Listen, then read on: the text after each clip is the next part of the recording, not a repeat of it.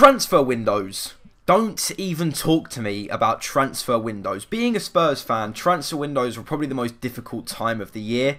Whether it's January or whether it's the end of the season during the summer, we are usually fairly active, especially over the past 5 or 6 years. We all know what's kind of happened. It doesn't need to be reported again about how active we've been in the transfer market. But for years, we've never had a summer like this where we've been so ruthless in getting rid of all the deadwood at the club. And the ruthlessness we've shown this summer has been fantastically refreshing. I'm not sure about you guys, but personally, it's refreshing to see that, you know, Levy and Pochettino and all the backroom staff clearly just wanted to get rid of these cunts out of the club. So on screen now, you will see the list of departees from the club. We're looking at Paulinho, we're looking at Holtby, Capoue, Kabul, and recently Stambouli, who signed for PSG a couple of days ago. So I'm just going to go through them individually a little bit.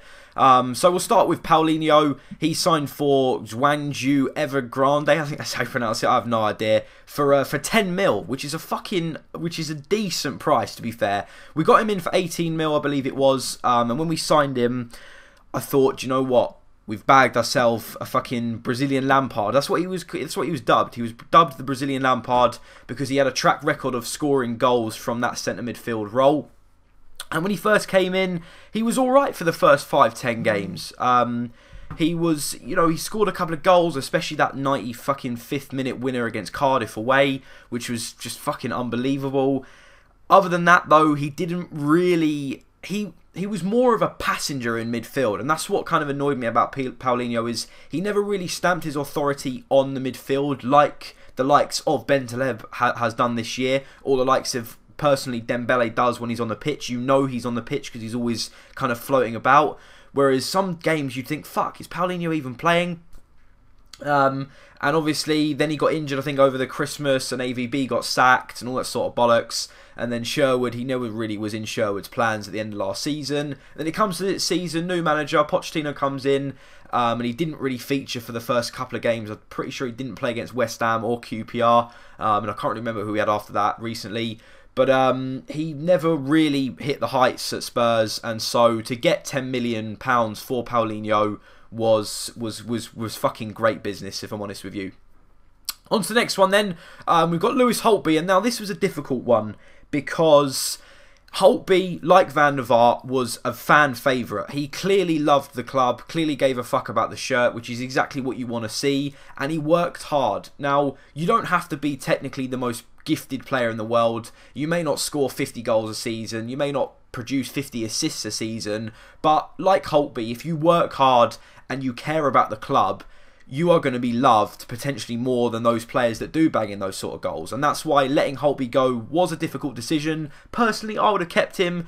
You know, he's been here now for, this would have been his, starting his 4th season or his 3rd and a half season. He came in during January of AVB's first season, I believe it was, when we had Bale and Vertonghen and all them lot at the club, when we had a fucking decent side.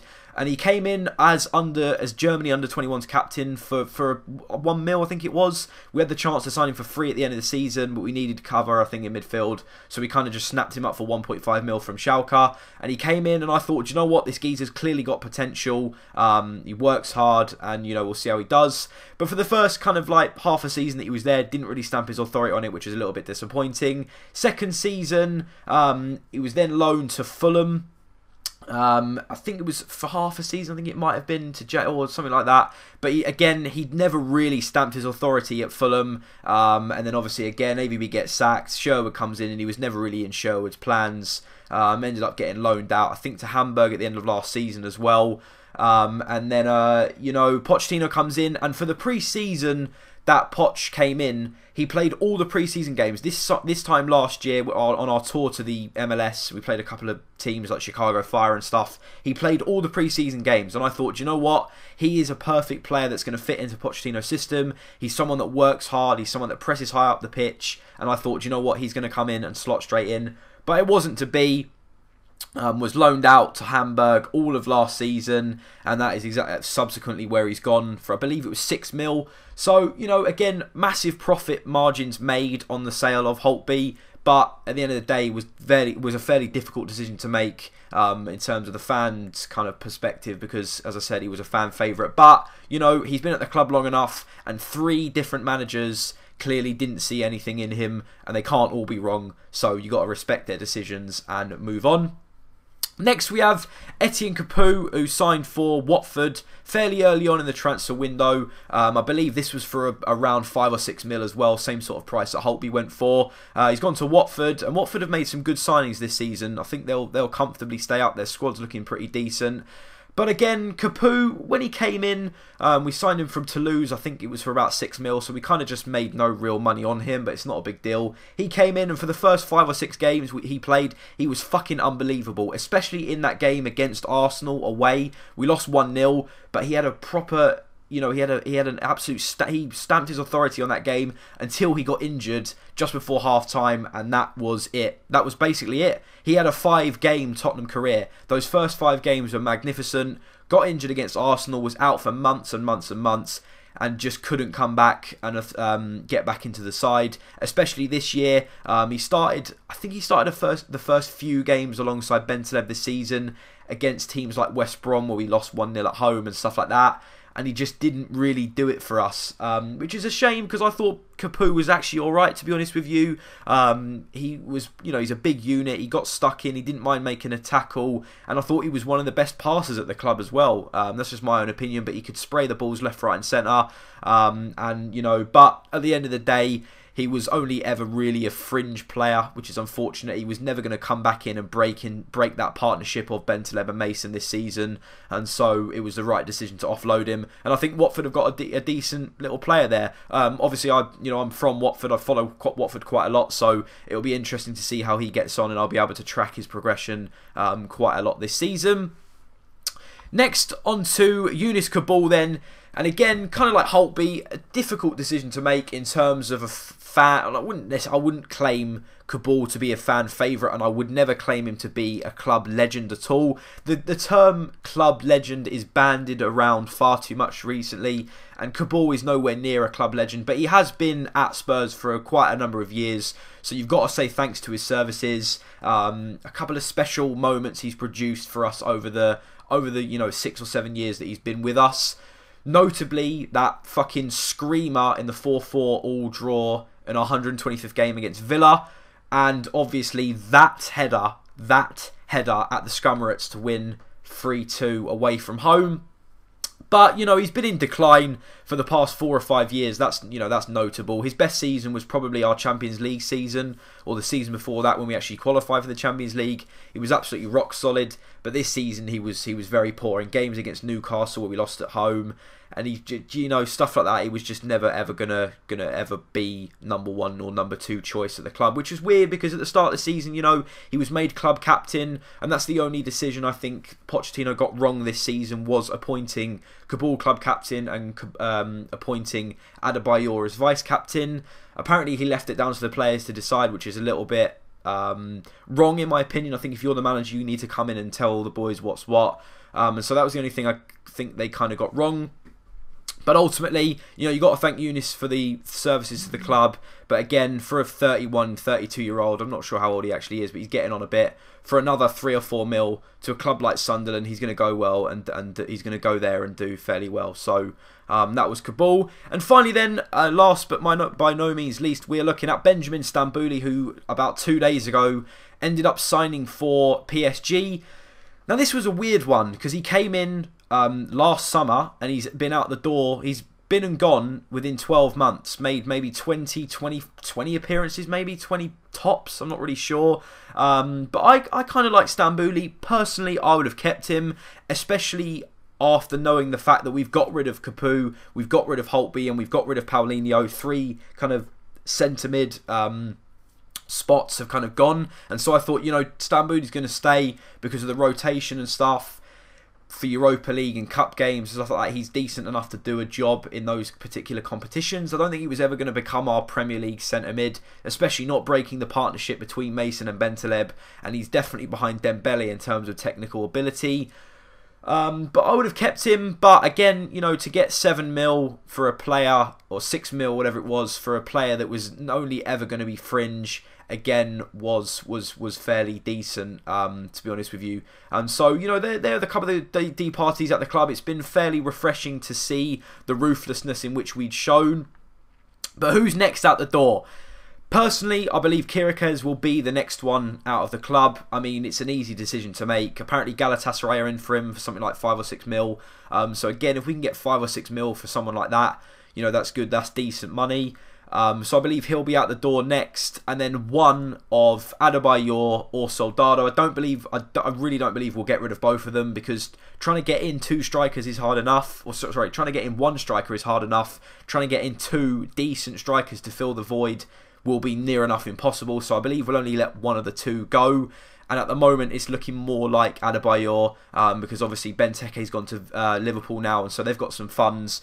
And obviously he's got history with Sherwood with his time at Spurs, and he actually performed under Sherwood at Spurs. You know, Adebayor's a weird one, because on his day he's absolutely fucking unplayable, but he's lazy, and you have to get him fired up, and that's exactly what Sherwood will do. So if he ends up going to Villa, I think he actually will score fucking shit ton of goals. So good luck to him. I believe he'll be one out the door next. Soldado's a difficult one, because he's never really hit the heights at Spurs, but he seems to be a fan favourite.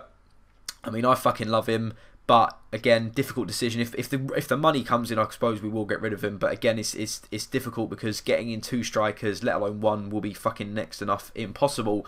So those are some of the departees. In terms of the players that we've got in this summer so far, we're looking at Kieran Trippier from Burnley. We paid about 3.5 mil for him, which is, you know, dirt cheap for a right back. And you know, I think we were in need of a right back, if I'm honest with you. I still believe Kyle Walker will be our number 1. Still believe Walker is our number 1, our best right back there is. But for the past 2 real seasons, he's had no competition. And you just look at how well Rose has done with the signing of Davies last year. I mean, personally, I thought Davies was going to come in and slot straight into the first team, as did most other people. And so that kind of spurred Rose on to produce the performances that he has this season. And hopefully the signing of Trippier will force Walker to think, do you know what, fuck, I need to actually perform week in, week out now, otherwise I'm going to lose my space in the side.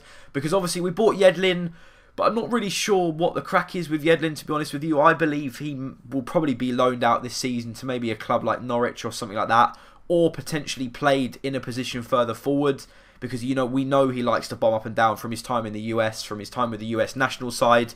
You know, you see a lot of clips of him on YouTube and stuff, getting up and down that right wing, whipping in balls and stuff. So he's clearly got the ability to play at right mid.